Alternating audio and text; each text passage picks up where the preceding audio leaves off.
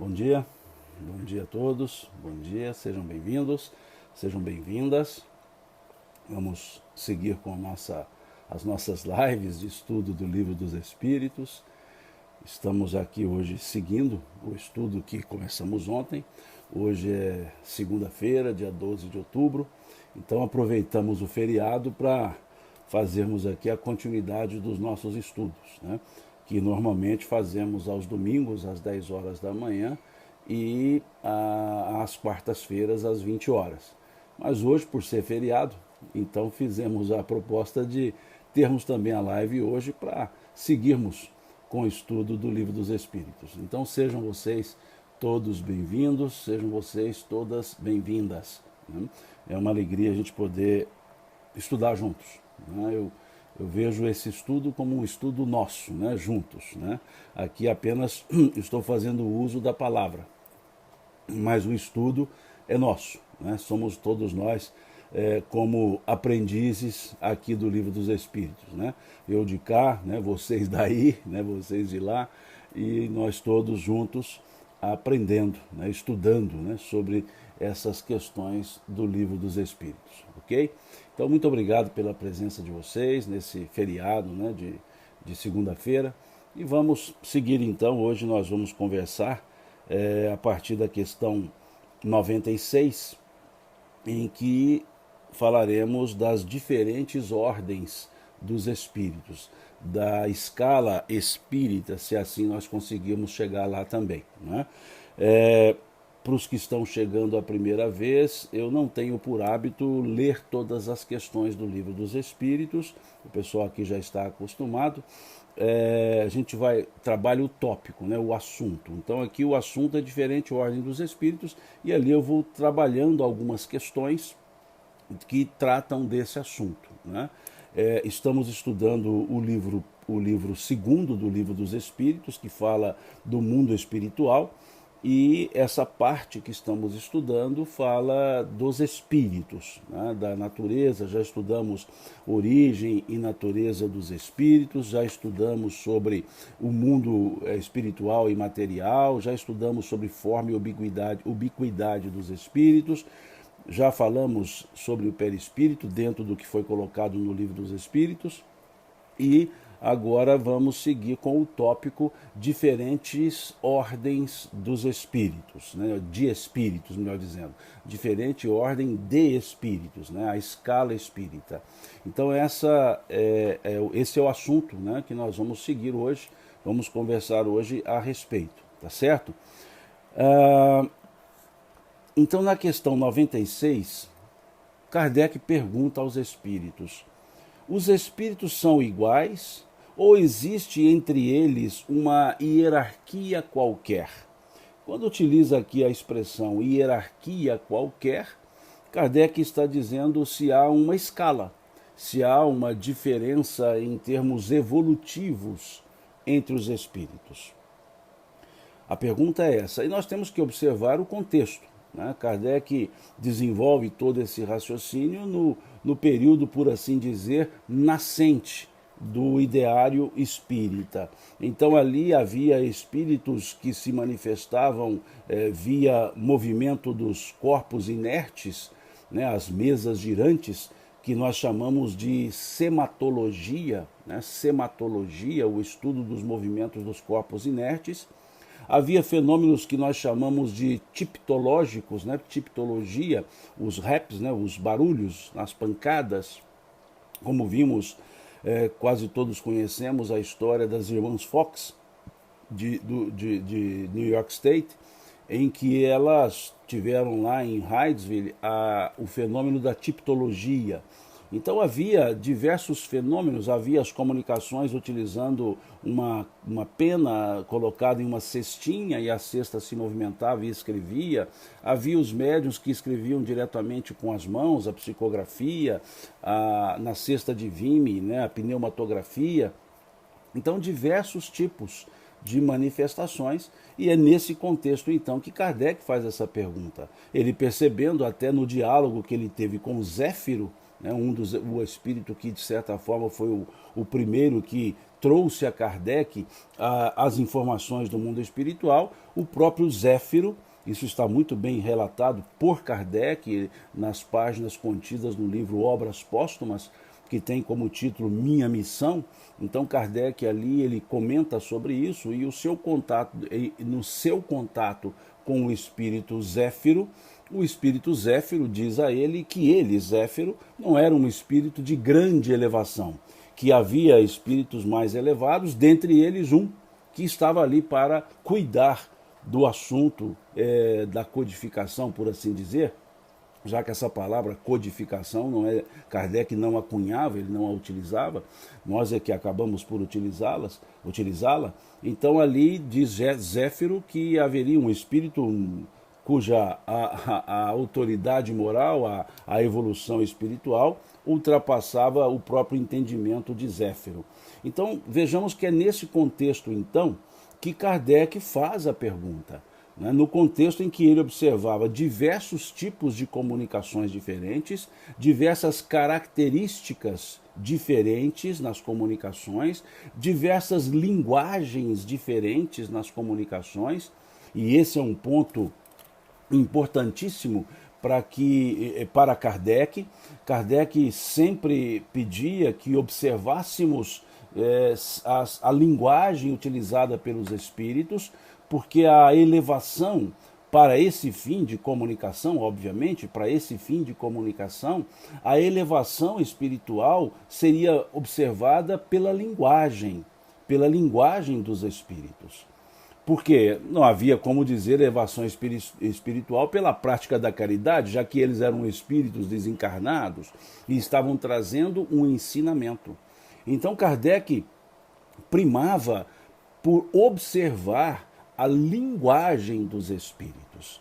E aí é que ele ia colocando os pontos de evolução nessa linguagem. Não linguagem no sentido gramatical, não linguagem no sentido do ser ou não culto na linguagem. A linguagem no sentido de elevação moral. Porque uma linguagem chula não virá de um espírito evoluído.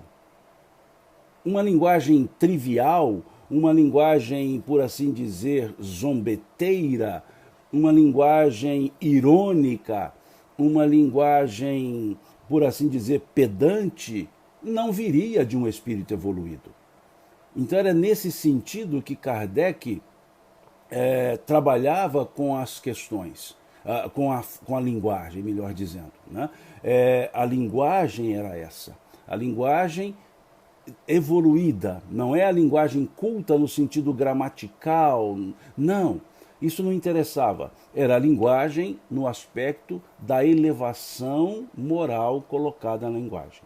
A Lúcia aqui diz que esses espíritos respondiam a Kardec as perguntas em francês, as que ele fazia sim, mas Kardec também recebia diversas mensagens, perguntas feitas em outros locais do mundo.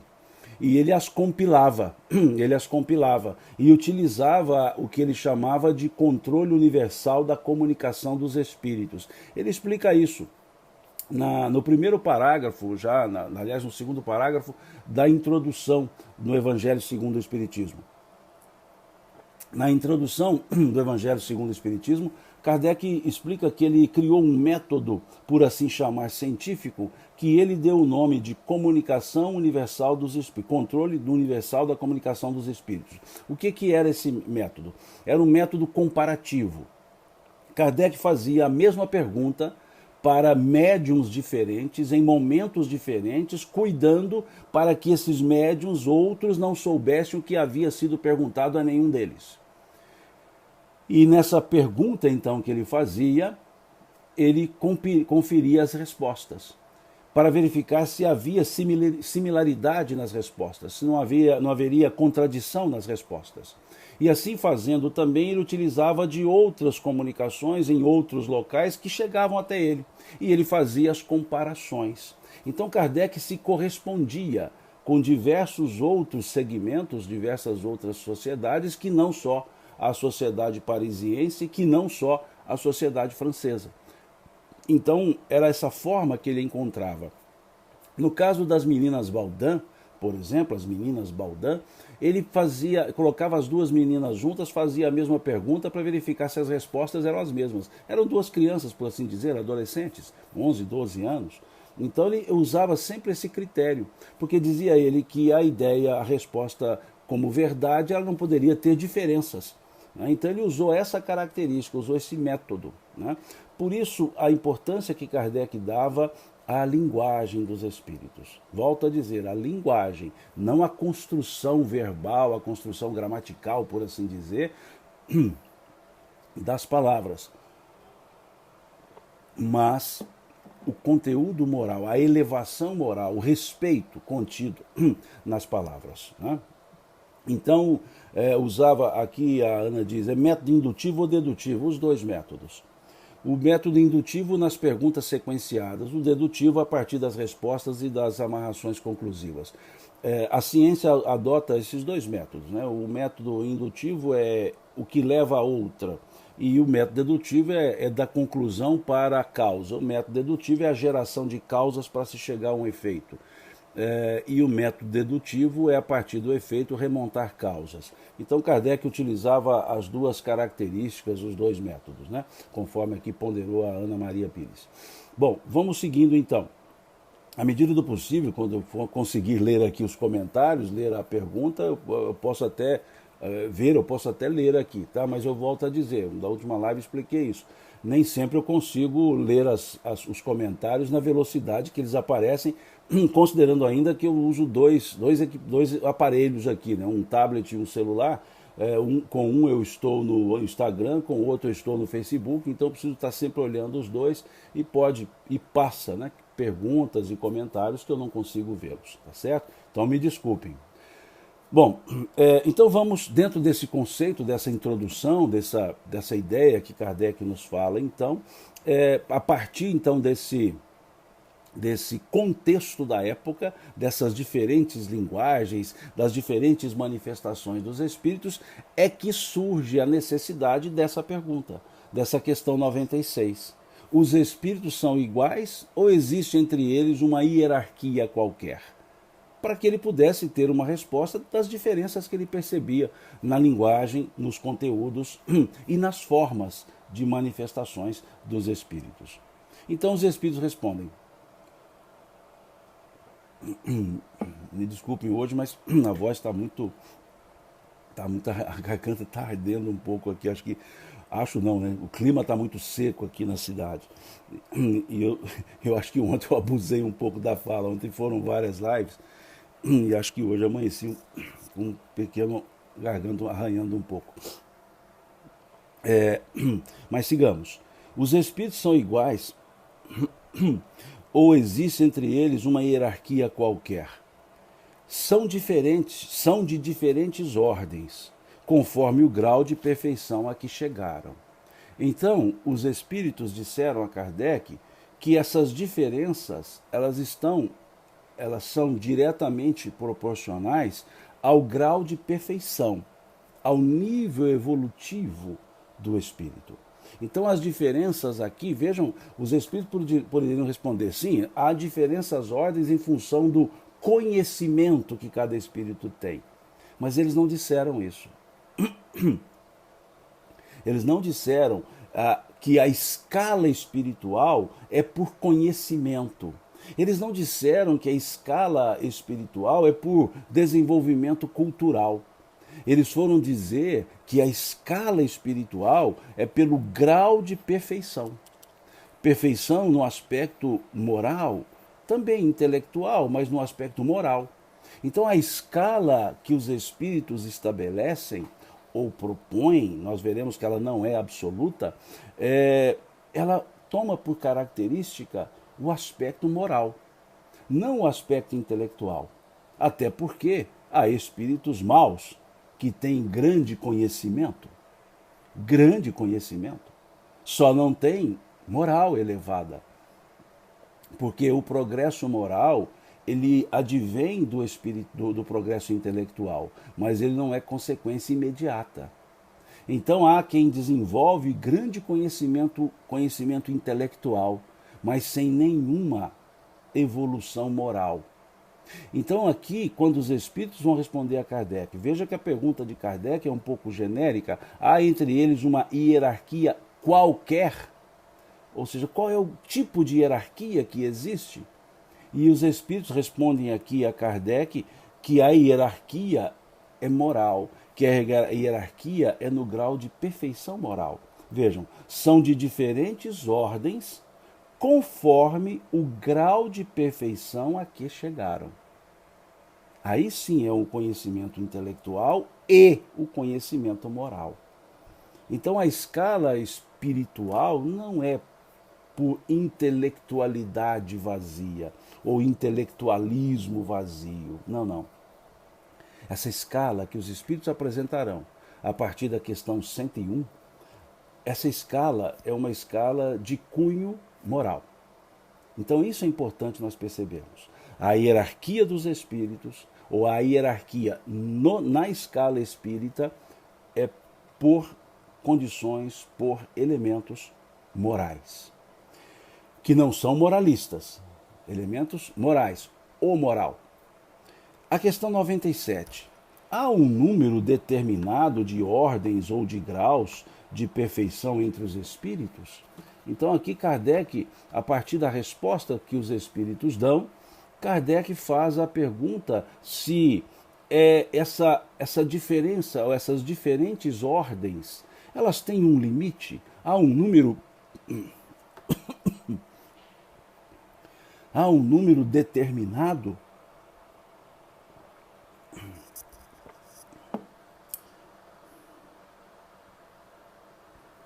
Há um número determinado de ordens ou de graus de perfeição entre os espíritos? E os espíritos respondem: o seu número é ilimitado. Vejamos, o seu número é ilimitado. Então mostra os espíritos que não há um limite, é ilimitado.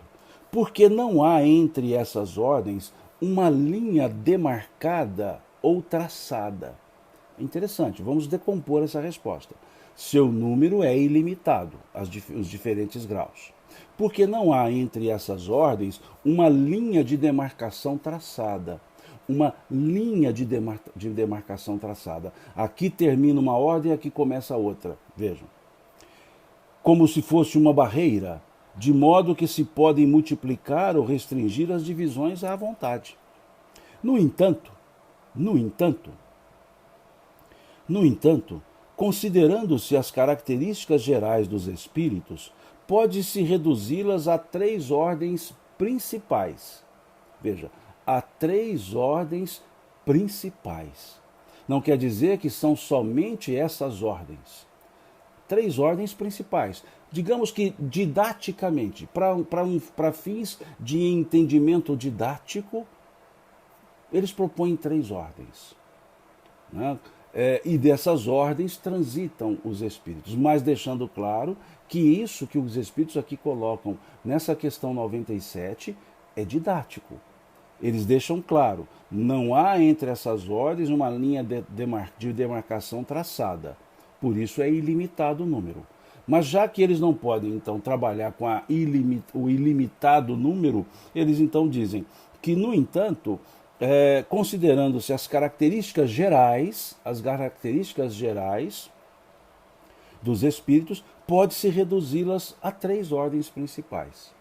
E aí a Lâmia diz aqui, não há salto nessa evolução, nunca há salto, de fato, Lâmia, não há um salto.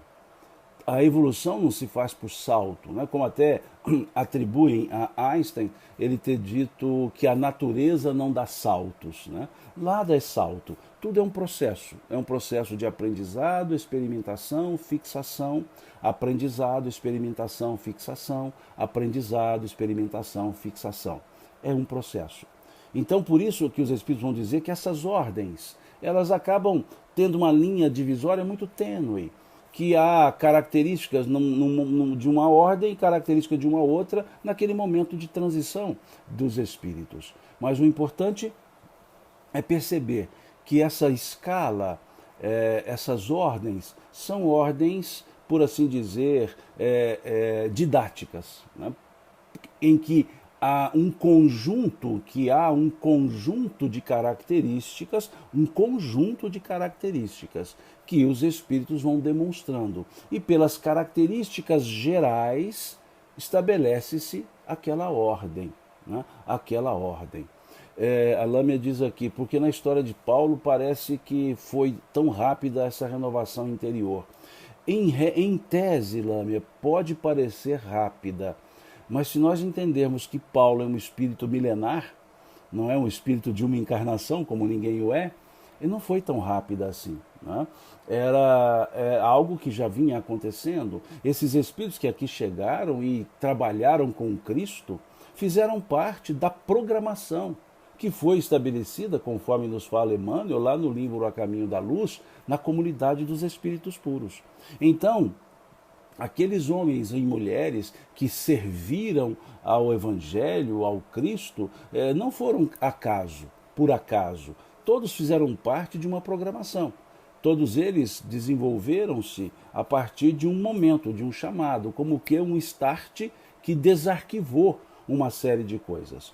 E no caso de Paulo, Estevão, o irmão de Abigail, havia visto isso.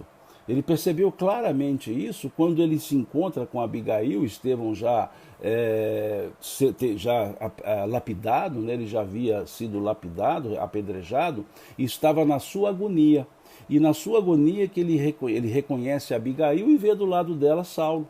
E ela fala que Saulo era o noivo dela. E ele então, Estevão diz para Abigail, como que enxergando bem esse histórico de Saulo. Ele diz para Abigail, teu noivo deve ser um bom homem, pois ele defende a Moisés, a quem ele conhece. Quando ele conhecer a Jesus, ele também o defenderá.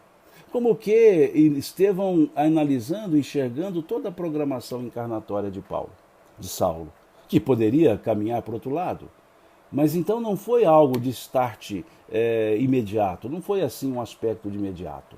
E há que se observar também que depois que Saulo foi a Damasco e foi atendido por Ananias, ele também passou um bom tempo aprendendo. 3 anos no deserto, aprendendo e desenvolvendo-se e transformando-se gradativamente também. Então, genericamente é isso, né? Desculpe-me por ser apenas um parêntese do assunto, mas é nesse aspecto para mostrar que tudo tem um encaixe correto no tempo certo, nada é em salto, né? Bom, e aí segue a resposta dessa questão 97, falando dos graus, né, das diferentes ordens, diz assim no segundo parágrafo. Aí eles propõem então 3 ordens, para fins didáticos, 3 ordens. Então diz, na primeira ordem, colocar-se-ão os que atingiram a perfeição. Os que atingiram a perfeição. Os espíritos puros. Agora vejam a forma que os espíritos colocam. Na primeira ordem, colocar-se-ão. Ou seja, é futuro. Ou seja, é uma ordem que não é determinada. Eles estão criando aqui de uma forma didática. Estão criando as ordens de uma forma didática. Por isso, colocar-se-ão, né? Usando aqui uma mesóclise, né? Colocar-se-ão, nesse sentido, porque estão criando ali essas classes. Então não olhemos essas classes como algo absoluto, como algo inamovível. Não, são classes, são ordens didáticas. Isso é importante nós percebermos. Então diz assim, na primeira ordem colocar-se-ão os espíritos que atingiram a perfeição, os espíritos puros. Na segunda ordem, encontram-se os que chegaram ao meio da escala. Interessante, ao meio da escala. O desejo do bem é a sua preocupação. O desejo do bem. Olha que interessante, o desejo, o querer fazer o bem, é a sua preocupação. Na terceira ordem, os espíritos que ainda se acham na parte inferior da escala, os espíritos imperfeitos, que se caracterizam pela ignorância, pelo desejo do mal e por todas as paixões más que retardam o seu progresso. Xiomara diz aqui, se pode dizer que todas as classes são transitórias. Se as classes são transitórias, sim, todas elas são transitórias, porque a evolução é um determinismo. É a questão 116 do Livro dos Espíritos. A evolução é um determinismo. E nesse sentido, então, tudo é transitório em termos das escalas, né?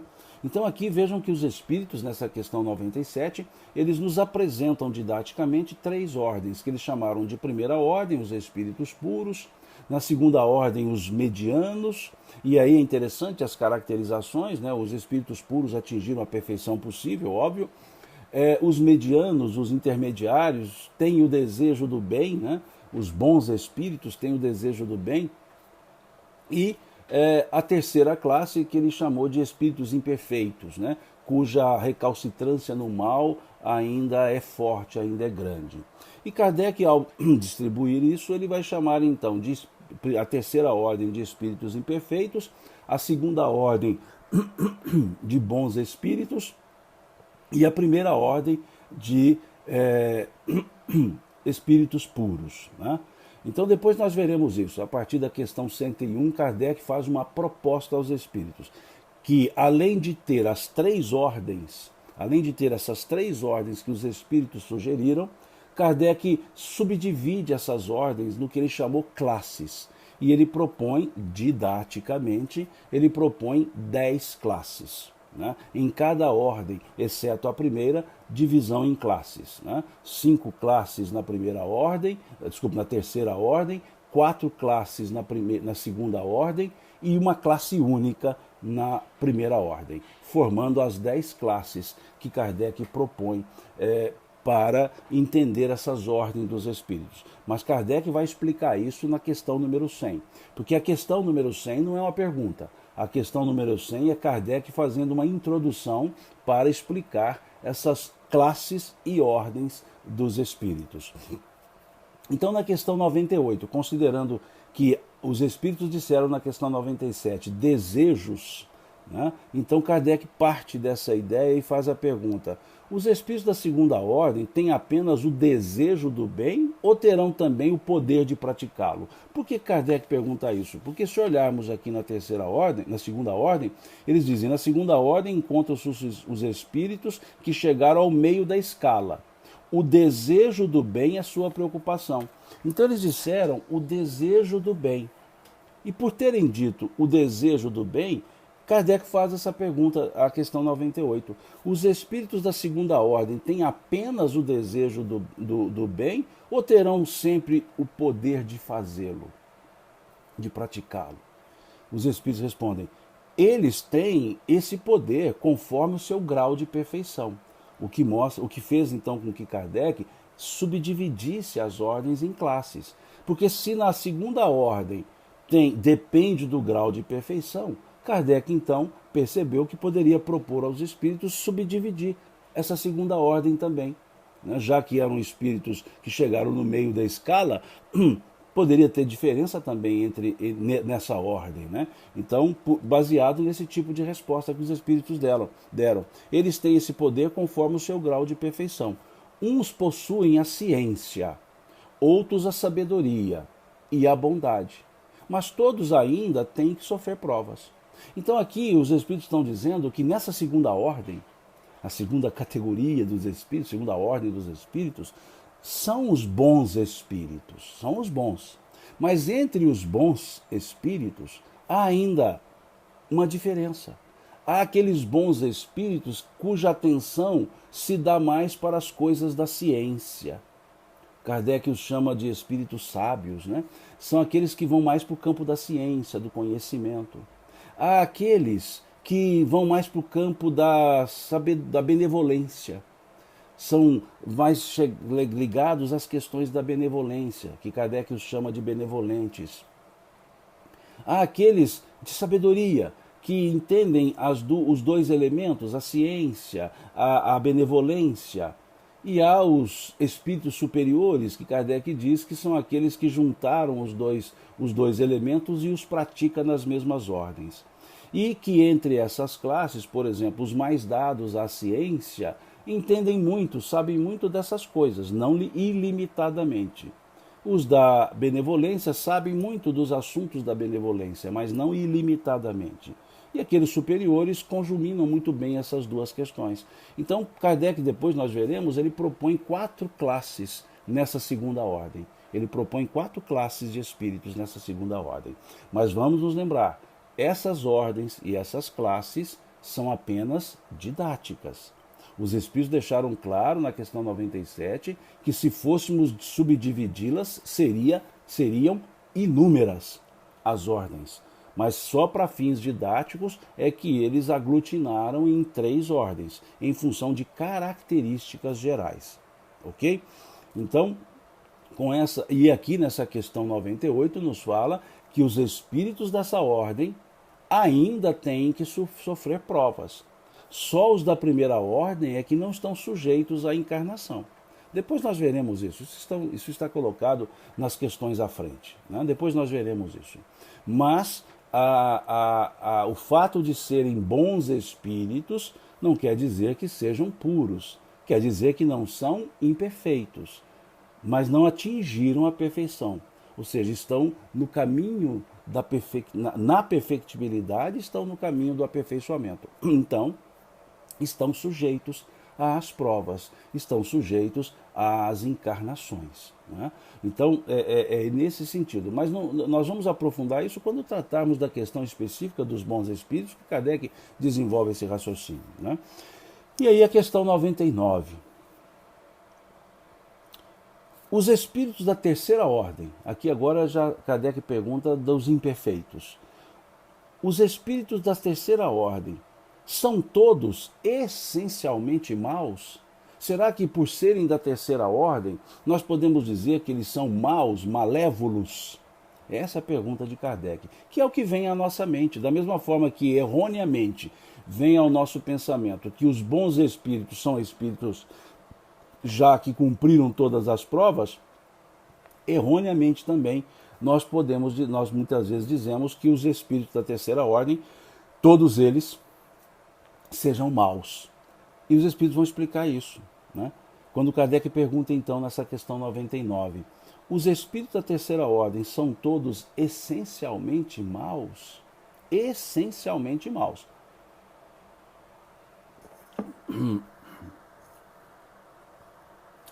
Prestemos atenção nesse advérbio, né? Não só no substantivo, no aspecto adverbial, né? Não só, desculpe, no adjetivo, perdoe-me, não só no adjetivo, no advérbio, essencialmente. Então a pergunta não é se eles são maus, se são essencialmente maus.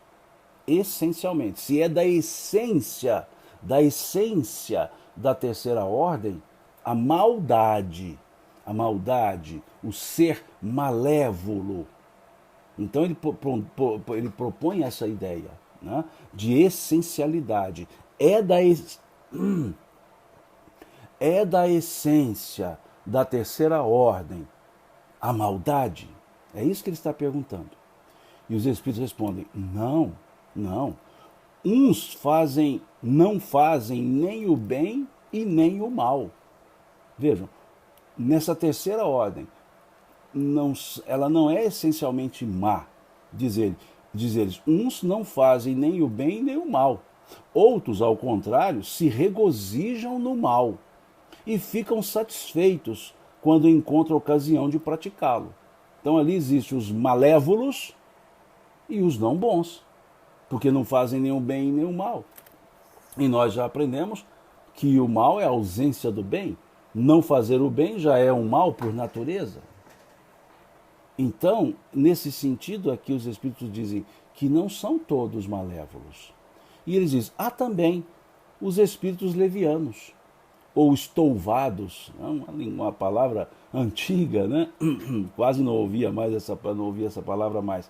Os espíritos levianos ou estouvados, mais astuciosos do que maus, que se comprazem antes na malícia do que na malvadez, encontrando prazer em mistificar e causar pequenas contrariedades de que se riem. Há traduções que colocam espíritos zombeteiros, né? Brincalhões, Vejam, todos os espíritos que não levam a sério as questões da vida, todos os espíritos que não levam a sério o processo evolutivo, são imperfeitos. São espíritos dessa terceira ordem. Todos os espíritos que zoam, né, zombam, criticam, estou usando vários adjetivos, várias formas verbais, a conduta rétida, são espíritos imperfeitos. Então aqui vejam que nesse ensaio, e aqui a Marilda diz, Kardec se refere a encarnados e desencarnados, se refere a espíritos, não interessa se está encarnado ou desencarnado, porque encarnado o espírito continua do mesmo jeito. Então depois nós veremos nas questões que Kardec traz aqui, quando encarnados demonstram isso, isso e isso, né? Isso vamos chamar isso de índole, né? Índole. A índole do espírito, encarnado ou não encarnado, é índole, né? É índole. E aí, vejam, aqui vai dizer, nessa questão, depois Kardec vai desdobrar em 5 classes, os espíritos aqui colocam 3 características, né? E Kardec desdobra depois em 5 classes, a partir da questão 101. Aqui eles dizem, há aqueles espíritos que não fazem nem o bem nem o mal. Há aqueles espíritos que se comprazem em fazer o mal, são os malévolos. E há aqueles espíritos que fazem maldades, mas não são malévolos, são os espíritos inconsequentes. Qualquer pessoa inconsequente, fazer por fazer, dane-se o resultado, isso é inconsequência. A inconsequência mostra que não há um grau de evolução, por assim dizer, mediana. Quaisquer espíritos, quaisquer pessoas inconsequentes, é o que se encaixa aqui nessa ideia que ele chamou de leviano, estouvado, astuciosos. Esses são brincalhões. E aqui abro um parêntese, são muito presentes nas reuniões mediúnicas, porque eles gostam de criar discórdias. Eles gostam de lançar mentiras com ares de verdades. Eles gostam de criar situações de envaidecimento das pessoas. Esses são muito presentes nas relações mediúnicas, nos contatos mediúnicos. Por isso Kardec, vou aqui ressaltar, sempre chamar a atenção para prestarmos a atenção na linguagem dos espíritos. Nós veremos isso depois. Ele aqui, depois nas outras questões, ele dará exemplos de alguns tipos de linguagem. E uma das linguagens que denotam esse aspecto leviano, inconsequente, são os elogios que os espíritos fazem de uma maneira bajulatória, porque há o elogio de reconhecimento e há o elogio de bajulação. Esse elogio de bajulação denota a leviandade do espírito. Aqueles elogios gratuitos, bajuladores, bajuladores, bajuladores. Você é o melhor, você é o melhor, você é o mais médium, você é o melhor médium. Não, continue assim, eu só dou comunicação por você porque você é o melhor de todos os médios, você é o médium principal. Bajulações. Cuidado com esses aspectos. São aspectos fascinadores. E advém desse tipo de espíritos, os espíritos inconsequentes, né, levianos, estouvados, zombeteiros, como Kardec gosta de dizer. Né? Eles sempre estão por aí, não só nas reuniões mediúnicas, né, estão no dia a dia. E quando encarnados, não são diferentes, obviamente, porque é uma questão de personalidade.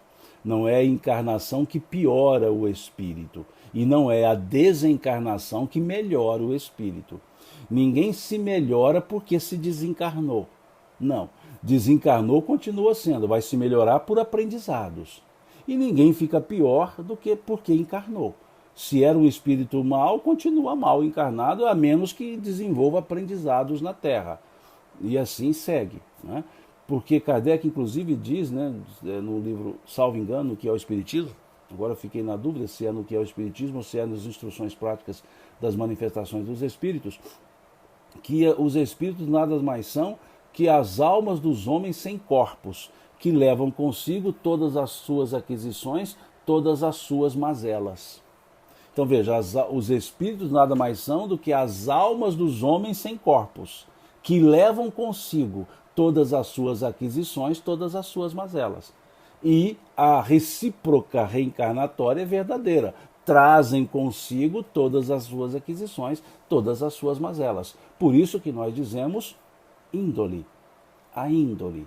Né? É esse o aspecto. Então, aqui nessa questão 99, os espíritos trabalham já indicando a Kardec que nessas ordens, principalmente nas duas que Kardec faz a pergunta, que é a 98 e a 99, Kardec pergunta da classe dos bons espíritos, da segunda ordem, melhor dizendo, e depois Kardec pergunta da terceira ordem. E os espíritos respondem que nessas duas ordens, terceira e segunda, tem divisões, tem subdivisões naqueles espíritos. Na segunda ordem, embora todos sejam bons, aos sábios, aos de sabedoria, aos benevolentes e aos superiores. Na terceira ordem existem também subdivisões, né? Os imperfeitos, os pseudo-sábios, os neutros, os malévolos. Então Kardec, os espíritos mostram a Kardec, por isso é que Kardec vai agora desdobrar isso.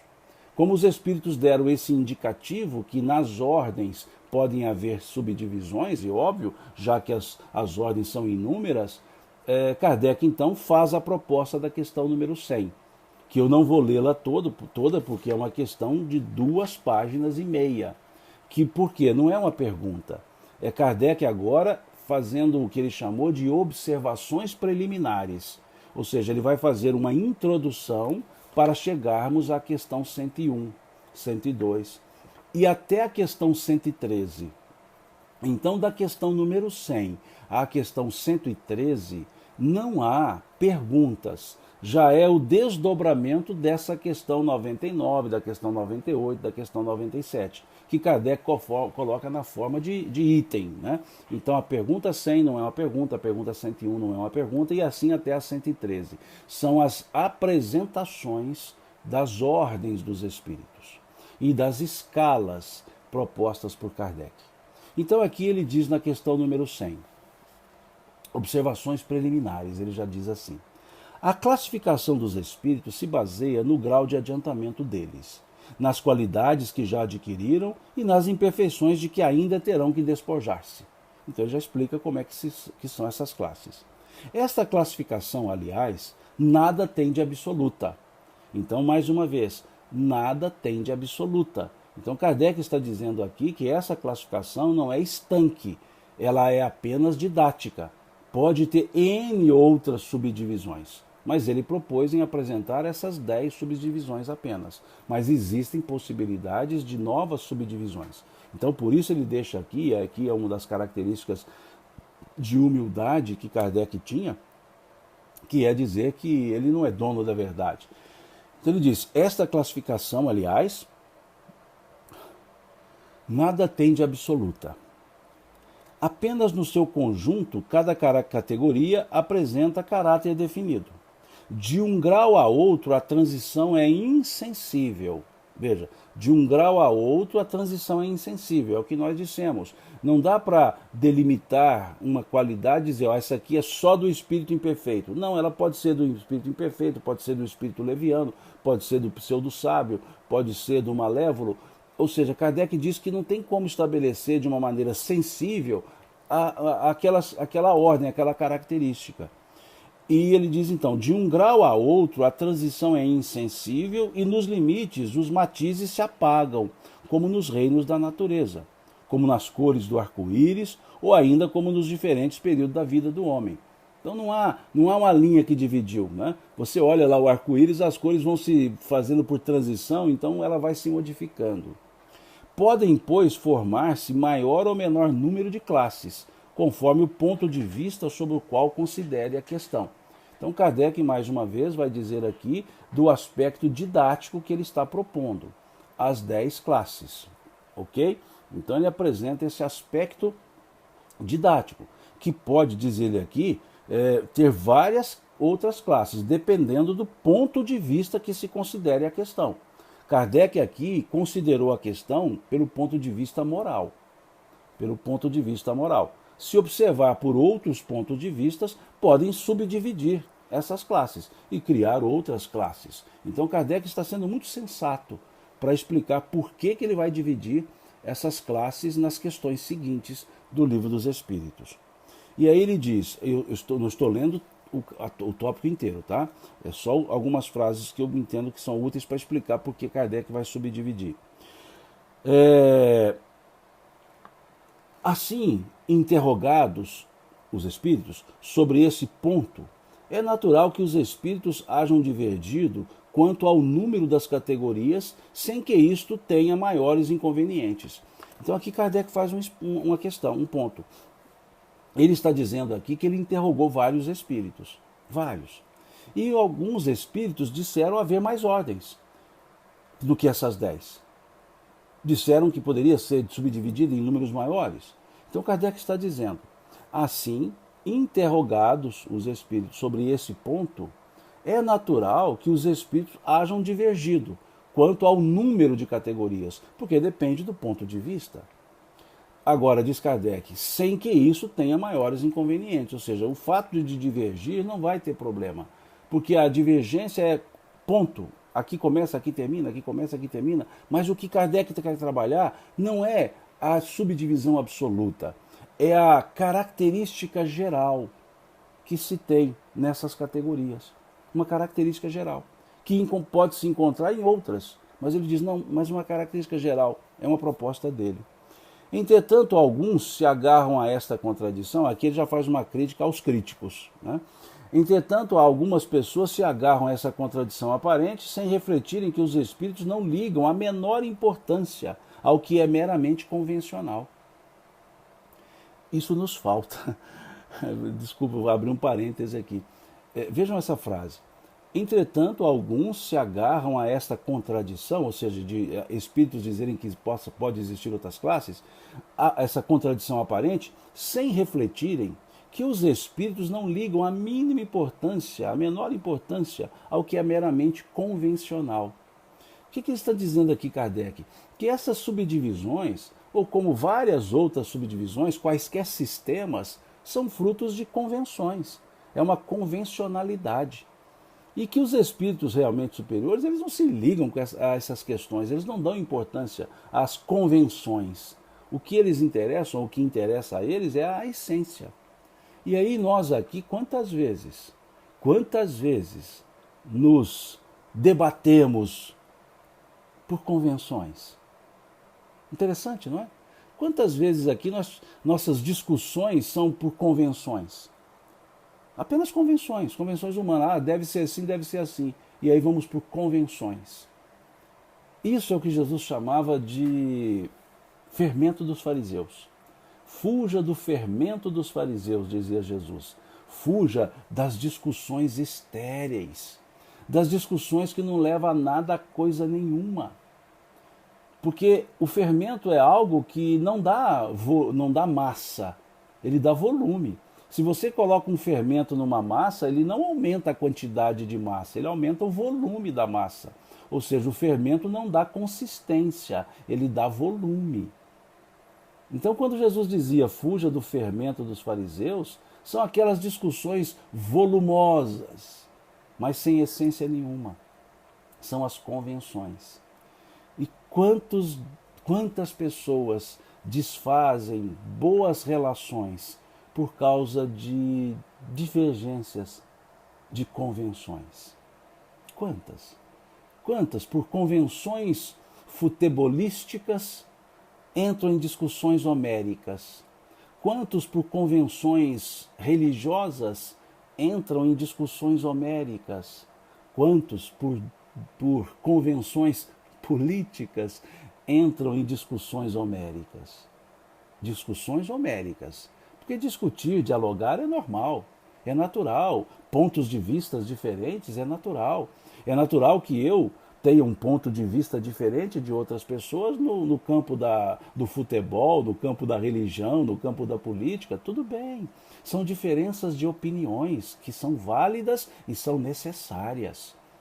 Mas quando isso se transforma numa convenção, num sistema, e isso gera dissensões, isso gera distanciamentos homéricos, não é salutar. É fruto, então, de uma certa imperfeição. Quando a passionalidade ultrapassa a racionalidade, nós nos animalizamos, infelizmente. Quando a passionalidade ultrapassa, vai além da racionalidade, a animalidade se faz presente. Então pensemos nisso, nós somos seres racionais, que precisamos colocar razão na passionalidade. Nós não somos seres passionais, nós somos seres racionais que temos elementos passionais. Mas não podemos deixar a passionalidade ultrapassar a racionalidade. É racional perdermos boas convivências, boas relações humanas por causa de passionalidades futebolísticas, políticas ou religiosas? Ou quaisquer outras, É uma linha tênue, diz a Xiomara, sim, uma linha tênue, mas isso denota o nível de conquista evolutiva de cada pessoa. As pessoas eminentemente passionais ainda têm o eu, somente o eu, nada mais do que o eu. Por isso são passionais, porque olham mais para si, entendem-se como senhoras e senhores da verdade. E a verdade, eu vejo aqui a Iracema presente. A Iracema é uma grande amiga que hoje mora em Uberlândia, casada com Alain, um grande amigo, Allan Kardec, doutor Alain, advogado, e frequentou por muito tempo a nossa Casa do Caminho, foi presidente da nossa Casa do Caminho, e eu vi que ela está aqui presente. A Iracema certa vez me disse uma coisa muito interessante. Eu apresentava uma palestra que falava do aspecto de verdade, e eu dizia assim, que a verdade tem 3 faces. Aqui eu vejo, aqui o outro vê, e a verdade própria. E ela me corrigiu, educadamente me corrigiu, e disse assim, a realidade. E eu gostei dessa correção e adotei. A verdade ela tem 3 faces. Aqui eu vejo, aqui o outro vê, e a realidade. E a realidade, que pode ser diferente das 2 verdades. Então, à época eu agradeci a Iracema por ter me corrigido e apresentado essa outra palavra. E aqui eu agradeço novamente, né? Já vi presente aqui. E agradeço novamente quando ela me trouxe essa ideia de realidade. Né? Por que realidade? Porque o fato ele pode ser interpretado de maneira diferente, mas ele nunca deixa de ser o fato. Então o fato pode ser igual a uma das verdades, ou pode ser completamente diferente das 2 verdades. Aqui eu vejo, aqui o outro vê. A realidade pode ser diferente das 2. A passionalidade não permite que nós enxerguemos essas outras possibilidades. Nós não observamos o ponto de vista alheio. E a passionalidade, o eu absoluto, é a ausência da empatia, de aprendermos a nos colocar no lugar dos outros. Então esse é um ponto interessante que, desculpe ter feito esse parêntese, aberto esse parêntese, nessa frase aqui dos Espíritos. Né? E eu vou lê-la de novo, a frase de Kardec, desculpe. Entretanto, alguns se agarram a essa contradição aparente sem refletirem que os Espíritos não ligam a menor importância ao que é meramente convencional. Eu vou até grifar isso aqui. Os Espíritos não ligam a menor importância ao que é meramente convencional. Então que pensemos assim, vamos olhar e respeitar as convencionalidades. Vamos respeitá-las. Não quer dizer que eu preciso concordar com elas, mas eu também não preciso ficar digradiando com ninguém sobre essas questões. Trocar ideias, apresentar pontos de vista diferentes, sempre bem-vindo, quando feito com respeito, quando feito com a cordialidade, quando não está altamente dosado com a passionalidade. Então é muito importante isso. Né? Vivemos em momentos muito passionais, né? Vivemos em momentos com passionalidade aflorada. Nós estamos muito eu e pouco nós. Né? Precisamos ser mais nós e menos eu, para a gente poder conviver melhor. Volto a dizer, esses assuntos são discutíveis? São sim. pode-se discutir, dialogar sobre esses assuntos, política, religião, futebol, justiça, pode e deve, mas com o respeito, com a cordialidade que a humanidade do sentimento e da razão demandam, ou demanda. Né? Então, pensemos nisso. Ninguém precisa ser fechado, pode debater, pode apresentar suas ideias, mas apresentemos-las com respeito, né? Entendendo que o ponto de vista é com relação às ideias e não em relação às pessoas em si. Né? Atribuem a Voltaire, um filósofo, mais um poeta, né? Do século XVIII, lá na França, atribuem a ele uma frase que ele teria dito: posso não concordar com nada do que tu dizes, mas defenderei até a morte o direito de tu dizeres. Atribuem a ele essa frase, que é correta. Né? Todos nós temos o direito de nos expor. Temos sim, mas devemos, pelo menos, nas nossas exposições, sermos respeitosos, não agredir as pessoas, nem com ironias, nem com agressões verbais, muito menos as outras, porque o respeito humano está acima de quaisquer convenções. Respeitar as pessoas não é convenção, é o natural de qualquer existência, ok? Bom, vamos fechar essa questão aqui então, e aí depois diz então Kardec, classificamos essas ordens, diz ele, vimos e observamos, julgamos-los pelas suas palavras, os espíritos e atos, depois os classificamos pelas semelhanças, baseando-nos em dados que eles próprios forneceram. Então, Kardec vai dizer que ele observou, que ele ouviu, que ele percebeu as falas e pelo jeito de falar, pela forma moral estabelecida na fala dos espíritos, ele foi classificando. Né? Como ele diz aqui, classificamos pelas semelhanças, baseando-nos em dados que eles próprios forneceram. E aqui é o classificamos, né? Vejamos que é no plural. Né? Classificamos quem? Kardec e os espíritos. Não foi só uma classificação feita por Kardec. Kardec e os espíritos. E eles dizem, os espíritos admitem geralmente três categorias principais, ou três grandes divisões. Na última, a que fica na parte inferior da escala, estão os espíritos imperfeitos, caracterizados pela predominância da matéria sobre o espírito e pela propensão ao mal. Os da segunda se caracterizam pela predominância do espírito sobre a matéria e pelo desejo do bem. São os espíritos bons. A primeira, finalmente, compreende os espíritos puros, os que atingiram o grau supremo de perfeição. Essa divisão, diz Kardec, nos parece perfeitamente racional e com caracteres bem delimitados. Só nos restava, agora vejam essa frase de Kardec, só nos restava destacar, mediante um número suficiente de subdivisões, as principais nuances do conjunto. Então veja, a segunda ordem é um conjunto, a terceira ordem é um conjunto. Então Kardec propôs criar subdivisão porque havia nuances diferenciadas. Então diz, as principais nuances do conjunto. Foi o que fizemos com o concurso dos espíritos, cujas benévolas instruções jamais nos faltaram. Por isso ele diz aqui, nós classificamos, nós fizemos, nós quem? Kardec e os espíritos. Com o auxílio desse quadro, ou seja, essas subdivisões, essas 10 classes, com o auxílio desse quadro, será mais fácil determinar a ordem e o grau de superioridade ou de inferioridade dos espíritos, com os quais podemos travar relações e, por conseguinte, o grau de confiança e de estima que merecem.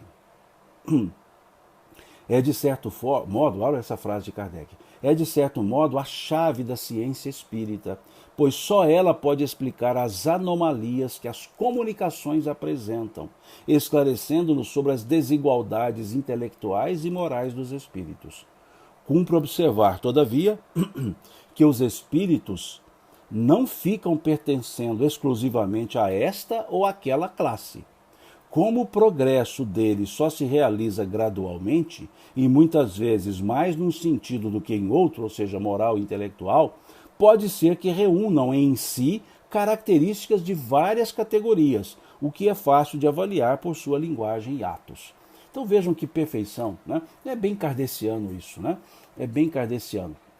Essa maneira de preocupar-se em detalhar para evitar interpretações divergentes. Para evitar, porque não consegue não existir. Então Kardec toma um cuidado, né? E para estudar o Livro dos Espíritos, nós precisamos ter esse cuidado. Esse cuidado, ser cuidadosos, perceber que buscar as matrizes, né, que a gente chama matrizes epistemológicas, né, os fundamentos. Né? Então vejam essa última frase aqui que Kardec coloca, que é para justamente evitar discussões, para um falar assim, não, mas esse é classe 8, não, esse é classe 7, não, esse é classe 9, é como que algo estanque e pode gerar uma discussão homérica dos espíritas, né? De dizer, não, o espírito fulano de tal é da categoria tal. Por isso que quando perguntam, Simão, você acha que o fulano de tal, o espírito fulano de tal, é de que categoria? Eu não faço a mínima ideia. Por que eu não faço a mínima ideia? Porque não são categorias estanques. Eu não posso dizer de que categoria é esse ou aquele. Veja o que Kardec diz aqui. Cumpre, eu vou ler novamente, cumpre observar, todavia, que os espíritos não ficam pertencendo exclusivamente a esta ou aquela classe. Como o progresso deles só se realiza gradualmente, e muitas vezes num sentido do que em outro, pode ser que reúnam em si características de várias categorias, o que é fácil de avaliar por sua linguagem.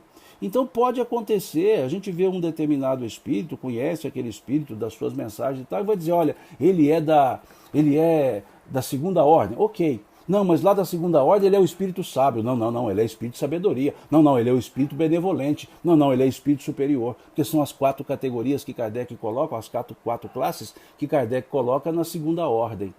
Então muitos vão ficar discutindo, o espírito fulano de tal ele é benevolente. Não. Esse fulano de tal é o espírito de sabedoria.